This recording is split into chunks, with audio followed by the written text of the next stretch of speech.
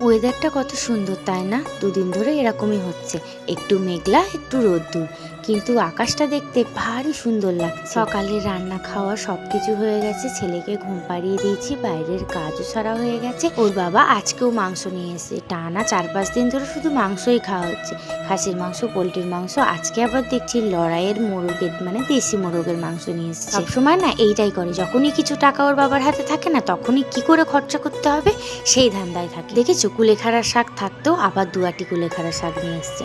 যাই হোক, আমাকে বলেছিল ভাত আর ভেন্ডি ভাজাটা করে দিতে, আর ওর বাবা যেহেতু এই মাংসটা সব থেকে বেশি ভালো রান্না করতে পারে, তো ওর বাবা সেটাই রান্না করছিল।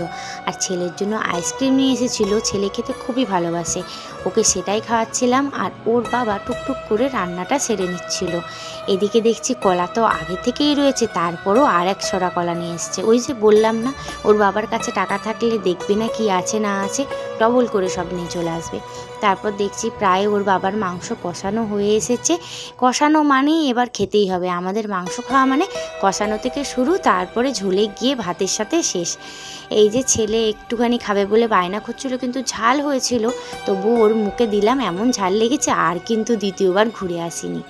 এইদিকে বদমাইশি করতে শুরু করে দিয়েছে বদমাসটা, তা ওর সাথেই খেলা করি, তোমাদের সাথে আবার পরে দেখা হবে।